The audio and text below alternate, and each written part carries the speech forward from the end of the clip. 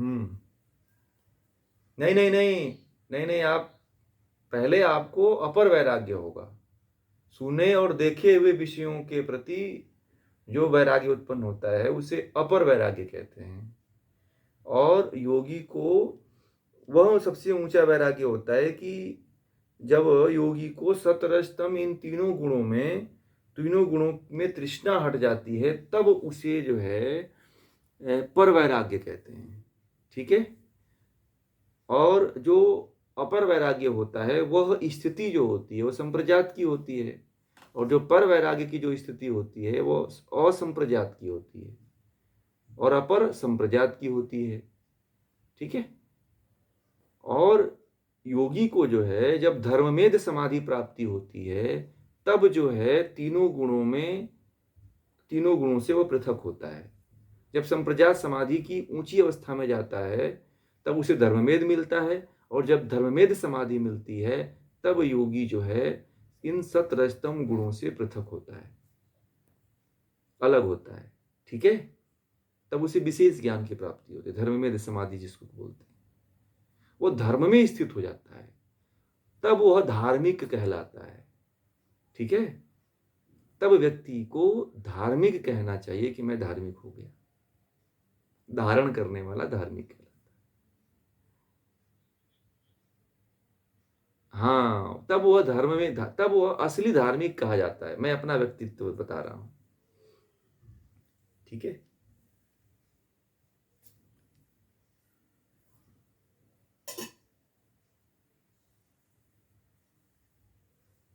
Clear हुआ?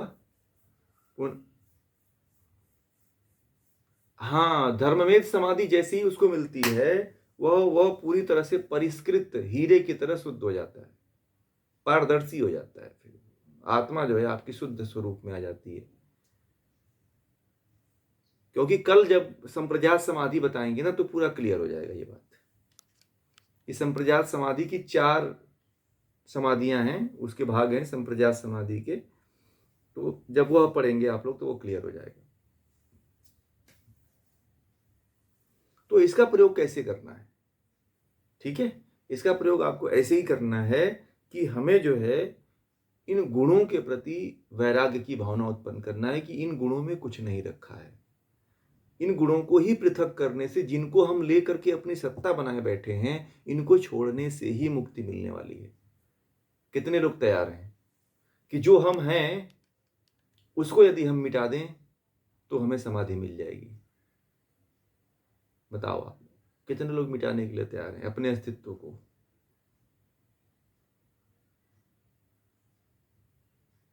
आप अपने अस्तित्व को मिटा दीजिए, समाधि आपके हाथ में होगी। समझ रहे हैं इस बात को कि नहीं समझ रहे हैं आप लोग? हवा में नहीं बोल रहा हूं। आप अपने अस्तित्व को मिटा दीजिए, यानी कि प्रकृति के अस्तित्व को मिटा दीजिए, समाधि आपके हाथ में होगी। समाधि को उपलब्ध हो जाओगे आप लोग।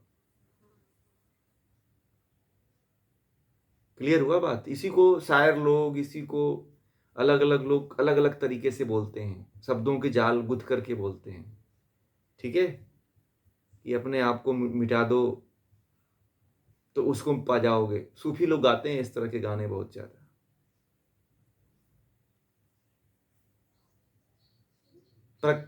हाँ, प्रकृति, अहंकार, अहंकार, चित्त, मन, इंद्रियां, बुद्धि, सब कुछ अस्तित्व, यही अस्तित्व आपका है, और इसी को मिटा दो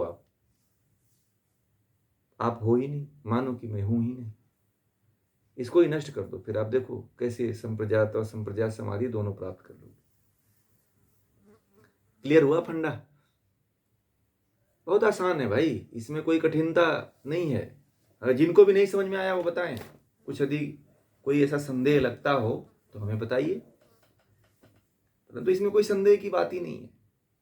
मैं तो सीधे सीधे गीता में भी समझाया हूं कि प्रकृति को मिटा दो, आप समाधि मिल जाएगी। तो आप हैं कि प्रकृति को छोड़ना ही नहीं चाहते हैं आप लोग।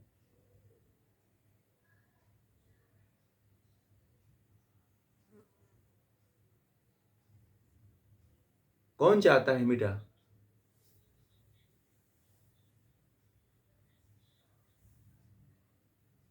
उस हाँ हाँ, विदेह मुक्ति।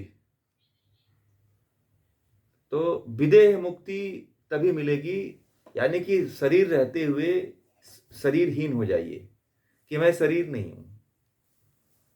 ठीक है, शरीर रहते हुए ही शरीरहीन हो जाना ही समझिए कि संप्रजात समाधि की प्राप्ति है या विदेह की प्राप्ति। नए शब्दों को जोड़िए, ये तो बहुत लंबे समय से चला आ रहा है शब्द।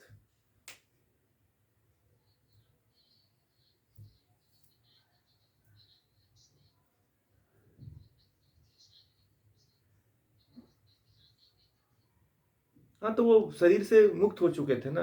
रामकृष्ण परमहंस थे, उनको कैंसर था। रामकृष्ण परमहंस को कैंसर था, परंतु वो शरीर पे ध्यान ही नहीं देते थे। कभी माँ काली के यहाँ डेली प्रार्थना करते थे, परंतु ये कभी नहीं कहेगी कि मैं कहे वो कि मेरे कष्ट को दूर कर दो,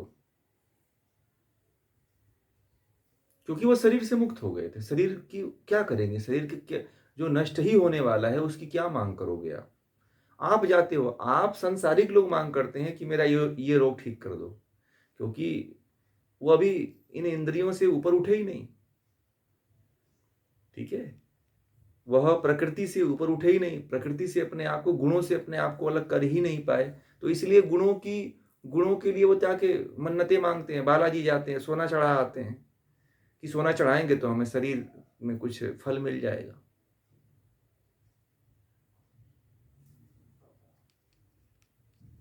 क्लियर हुआ?